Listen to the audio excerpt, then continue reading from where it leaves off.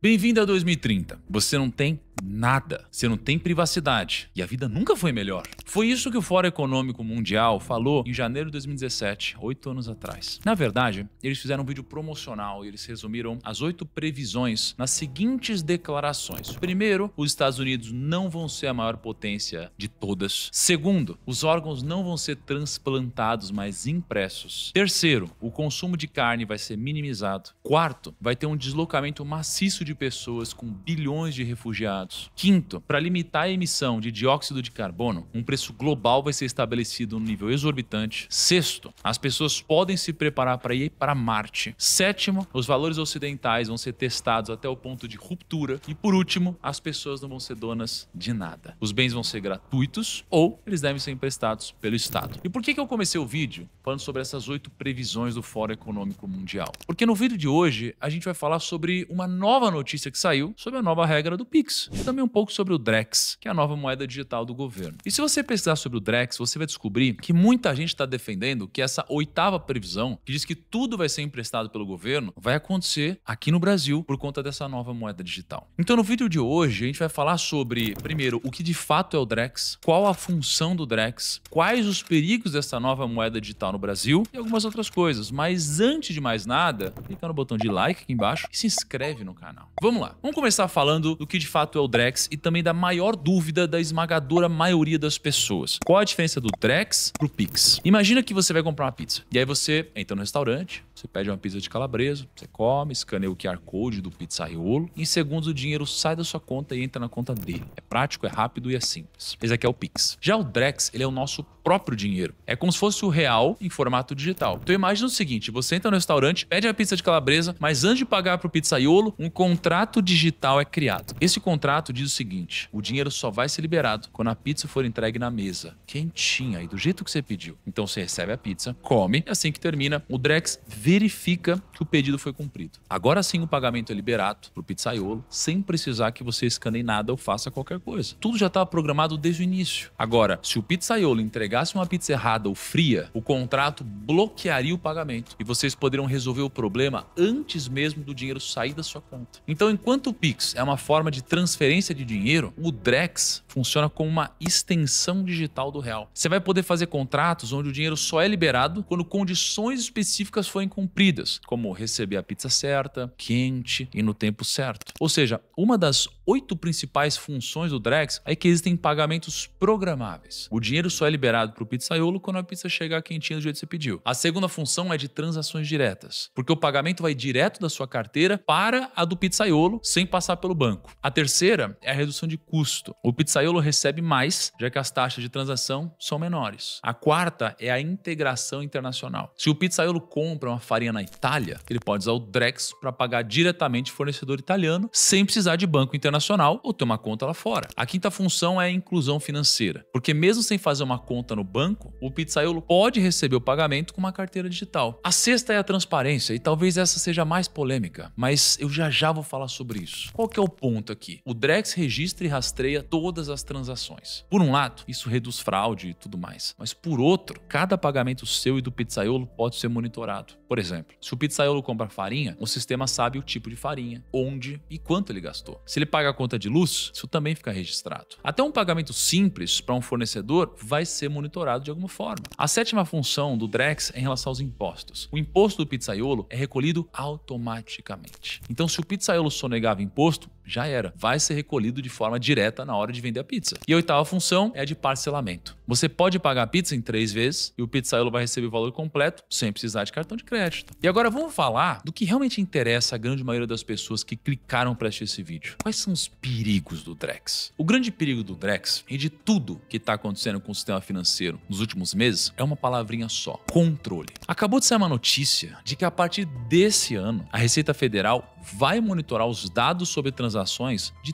todas as operadoras de cartão de crédito e instituições de pagamento. Só que além das informações sobre os cartões, o governo também vai acompanhar os dados sobre transferências via Pix. Vai funcionar assim: se você fizer transações de 5 mil ou mais e você for pessoa física, o governo vai ficar sabendo. Se você fizer transações de 15 mil ou mais por uma pessoa jurídica, para empresas, o governo também vai ficar sabendo. Agora deixa eu fazer uma reflexão aqui. Sabe o pizzaiolo que você pediu a pizza? Imagina que ele foi demitido porque toda hora ele estava entregando pizza gelada e agora ele precisa trocar de ramo. Então ele decidiu comprar um carrinho e vender cachorro quente. Se ele vender o dogão por R$20 e vender 20 dogão por dia e trabalhar 22 dias, ele está faturando R$8.800 por mês com o carrinho dele. Mas vamos supor que depois de descontar todas as despesas dele para produzir o dogão, a margem líquida fica em 30%. Isso significa que de lucro no bolso vão cair 2.640 por mês. E isso está abaixo da nova regra do imposto de renda, onde ele não vai precisar pagar imposto caso ele receba menos de 5 mil por mês. Mas ele recebeu 8.800 no Pix. Tem gente que vai dizer assim: ah, mas ele não recebeu um único Pix de 8.800. Foram várias transferências picadas que somadas dão mais de 5 mil. Exatamente. Mas o governo não vai monitorar somente transações acima de 5 mil realizadas via Pix ou cartão. Ele vai monitorar o somatório global mensal de todas as movimentações financeiras. No artigo 15 da instrução normativa diz que é o montante global movimentado e que deverão ser aplicados de forma agregada. Ou seja, independentemente do valor individual, todas as suas aplicações e investimentos vão ser somados. Se você realizar 10 transações de R$500, seja enviando, recebendo, investindo ou aplicando, o total de 5 mil vai ser reportado para a Receita Federal. Só que no mesmo artigo 15 diz que você não precisa atingir o somatório global todos os meses para ter sua movimentação repassada para a Receita. Basta que,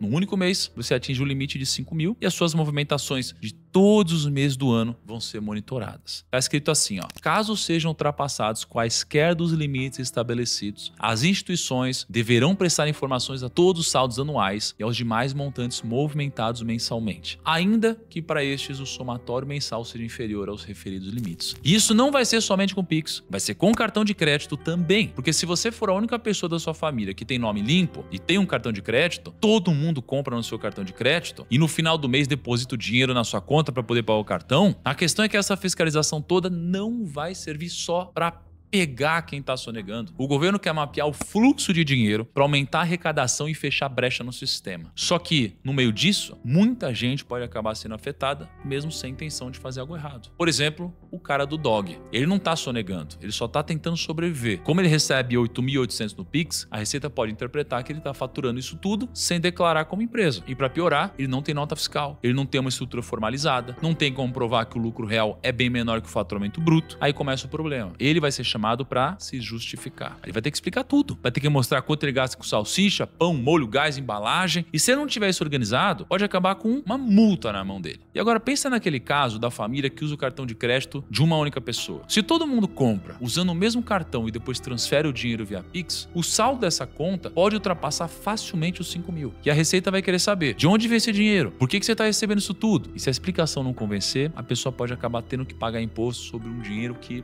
nem era dela. Então o governo vai saber cada centavo que você possui, onde você gastou, de quem recebeu, quem você pagou e por que você pagou. Também vai saber quando você pagou, como você pagou, para qual conta o dinheiro foi, qual o saldo que ficou na sua conta depois de pagar, quanto tempo o dinheiro ficou parado na sua conta antes de ser transferido, se o valor que entrou e saiu está compatível com a sua renda, enfim, eles vão saber tudo. A pergunta que não quer calar é: por que isso está acontecendo? Por que o governo quer ter um maior controle do dinheiro que passa pelas suas mãos? A verdade é que o governo está com muita dificuldade de pagar as próprias contas. Só para vocês terem uma ideia, apenas nos 9 primeiros meses de 2024, o governo teve um déficit de 105 bilhões. Então, como é de costume, a gente está com dificuldade para pagar as próprias contas. O governo não consegue reduzir gastos, ele não quer criar novos impostos. E a solução encontrada foi essa: passar a malha fina em todos os cidadãos para enquadrar milhões de pessoas no imposto de renda. E detalhe, essa nova regra começou a valer no dia 1º de janeiro. Então tudo que eu mencionei aqui, das movimentações acima de 5 mil, já está acontecendo. Deixa aqui nos comentários o que você achou dessa nova medida do governo de controlar as movimentações do Pix e o que você acha que pode acontecer com o Drex esse ano 2025. Se surgirem mais novidades, eu faço mais vídeos por aqui. Grande abraço, até o próximo vídeo e tchau.